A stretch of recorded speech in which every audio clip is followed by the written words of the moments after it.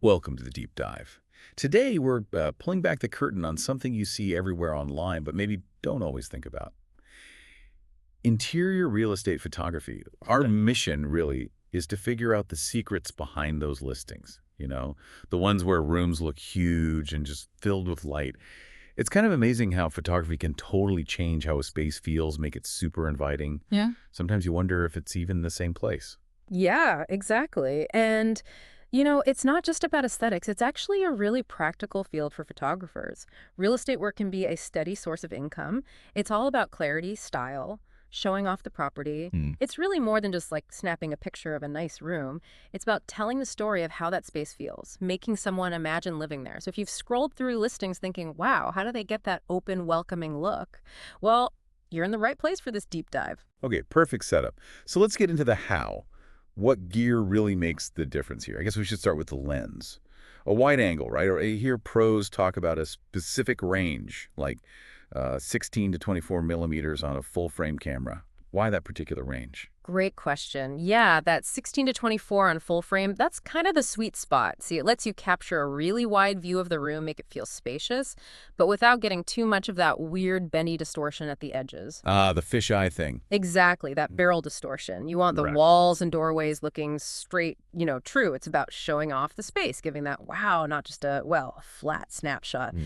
And crucially, to go with that wide lens, you absolutely need a tripod. Right, the tripod. Is it really non-negotiable for interiors? Can't you just handhold it these days with good cameras? Honestly, non-negotiable.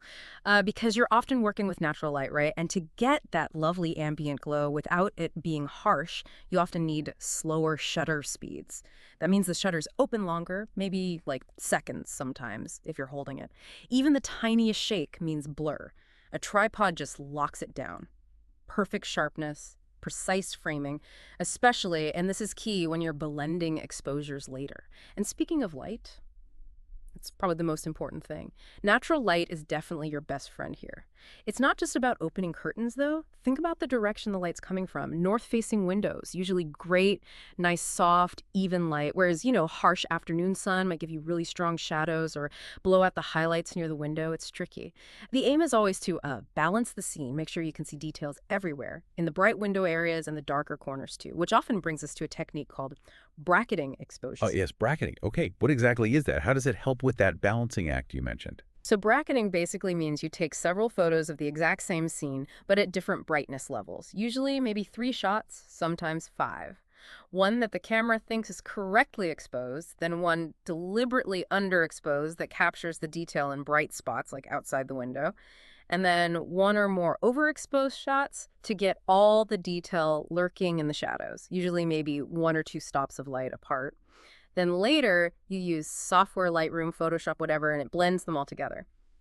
You end up with one image that has all the detail, from the brightest brights to the darkest darks. It's how you get those shots where the room looks great and you can see the view outside clearly. Okay, so beyond light, composition, hugely important for impact. And one of the biggest giveaways of an amateur shot, converging verticals, you really have to watch your verticals. Walls, door frames, window frames, they need to look straight up and down, not leaning in or out. Right, skewed lines just scream unprofessional, don't they? Totally. Ruins the whole effect. You can use the grid lines in your camera display to help line things up or, fix it pretty easily in editing software later. Lightroom's transform tools are great for that. And speaking of composition tricks, Mhm. something I learned that really changes the feel is camera height, shooting lower down. Oh, absolutely. That's a fantastic tip. Shooting from about waist height, say 3, maybe 4 feet off the ground, it feels much more natural, like how you'd actually see the room walking in. You're looking across it, not down at it. It just gives this more inviting perspective, makes the room feel maybe a bit bigger, more grounded. It's about that connection. Like you're being welcomed in. Exactly. And connecting with the space. Yeah. Let's talk staging for a sec. The big rule here is don't overstage it. Keep it clean. Clean lines, clear counters, clear surfaces. So you're not trying to sell all the owners, like knickknacks and stuff. Precisely. You want it to look lived in, sure, but also open, airy, free of distractions. Think lifestyle, maybe like a nice coffee cup and a book on a side table, or some fresh flowers. Sometimes it's just about taking away that pile of mail or the remotes. Instantly looks more professional. You want it aspirational, right? Hinting at a nice life there. but without cluttering the view or overwhelming people with someone else's personality. And if you think about the bigger picture, interior real estate photography, it's almost like product photography. The product just happens to be a living room or a kitchen. Huh.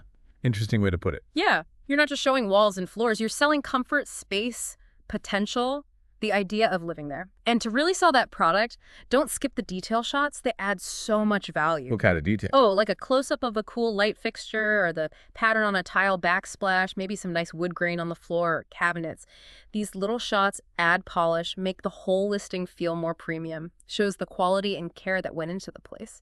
Okay, and for anyone listening who's thinking, hey, maybe I could do this, you're probably right. There's like really steady demand for this.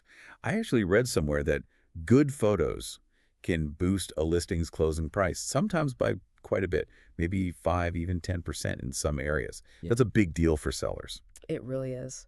So if you're starting out, a good approach might be, offering to shoot a couple of places for friends, or maybe reach out to local real estate agents, offer a discount just to build up your portfolio, get some solid examples of your work, and then grow from there. The absolute key, though, is delivering images that are bright, clean, and honest. And here's a big warning. Don't over-edit.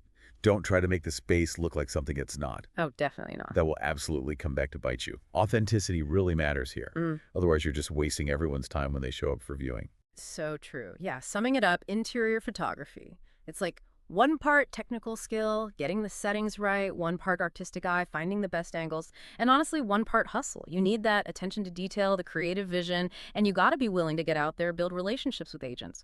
But when you nail it, the results look fantastic, houses tend to sell quicker, and the business side, it's real. It can be genuinely rewarding work. That's a great summary. We've really covered a lot today. The technical side, the art, the practical business stuff behind those inviting real estate photos.